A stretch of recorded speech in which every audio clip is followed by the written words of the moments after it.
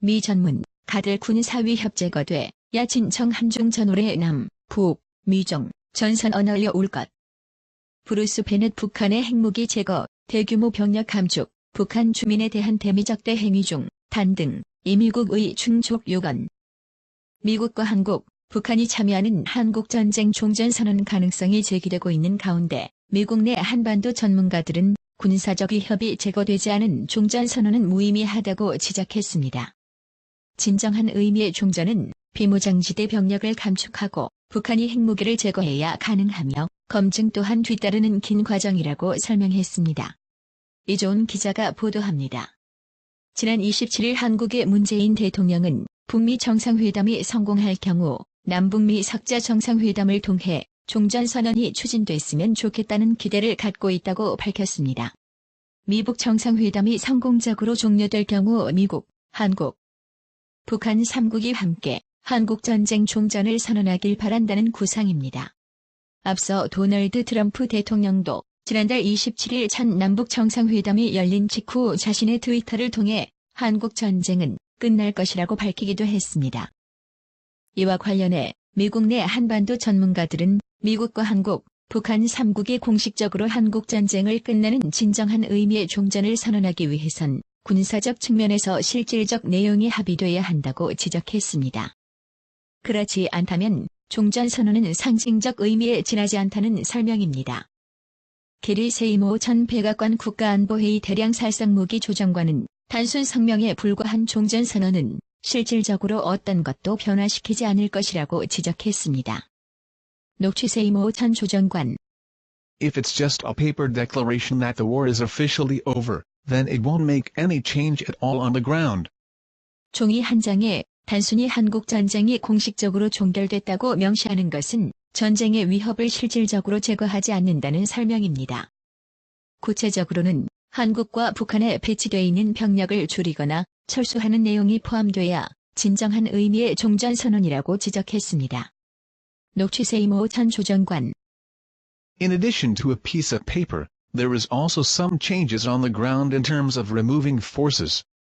비무장지대 인근에 집중돼 있는 한국과 북한의 병력을 점진적으로 감축하거나 다른 지역으로 재배치하는 내용의 합의가 포함돼야 군사적 위협을 제거하는 진정한 의미의 종전선언이 될 수 있다는 겁니다. 미국의 관점에서 충족돼야 할 요건들도 있습니다. 녹취 베넷 선임연구원. Number 1. The nuclear weapons have to be removed from North Korea. North Korea agreed in the April 27th agreement.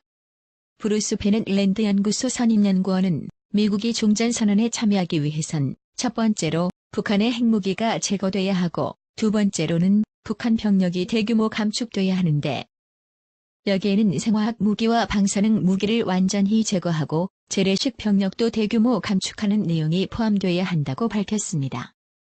이어 세 번째 요건은 적대 행위를 멈춰야 하는데 이는 곧 북한이 주민들을 대상으로 미국을 적이라고 규정하며 비난하는 적대적 행위의 중단을 의미한다고 덧붙였습니다. 베넷 선임연구원은 그러면서 북한은 종전선언과 평화협정 체결을 통해 체제 안전 보장뿐 아니라 주한미군 주둔의 정당성 또한 없애려는 의도를 갖고 있다고 지적했습니다.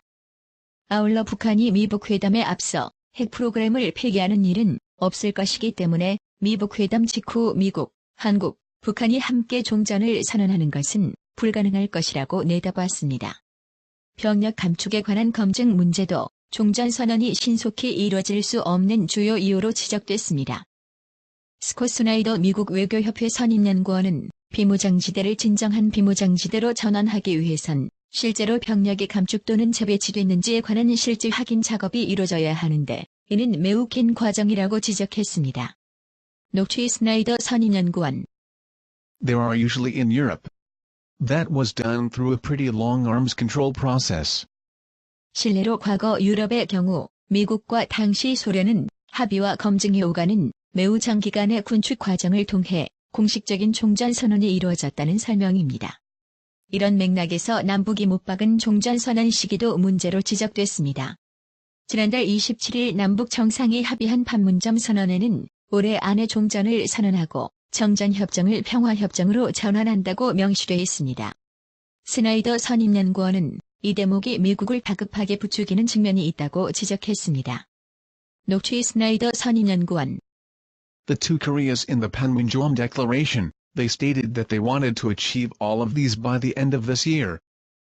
종전선언과 비핵화는 병립하는 사안인데 남북이 종전선언 시기를 올해 안으로 못 박으면서 미국과 북한이 신속하게 비핵화를 이뤄내야 한다는 압박을 주고 있다는 겁니다. 그러면서 병력 조정에 관한 오랜 기간의 합의와 검증 과정이 포함돼야 하는 종전선언을 남북이 올해 안에 하겠다고 합의한 것은 지나친 야심이라고 지적했습니다. 스나이더 선임연구원은 그러면서 미국과 한국의 평화에 관한 부분과 비핵화 문제가 어떻게 함께 나아갈 수 있을지 먼저 공통된 합의를 도출하길 바란다고 덧붙였습니다. 반면 1994년 미북 제네바 합의 당시 미국 측 수석 대표를 지낸 로버트 갈로치 전 특사는 종전선언이 상징적 의미에 불과할지라도 이 자체에 큰 의미가 있다고 지적했습니다. 녹취 갈로치 전 특사. There is a whole lot that goes into normal relations and that would be consistent with the end of armistice. 적대 상태를 종결하는 종전선언은 미국과 한국, 북한 3국의 관계 정상화로 나아가기 위한 중요한 첫 단계라는 설명입니다. VOA 뉴스 이종입니다.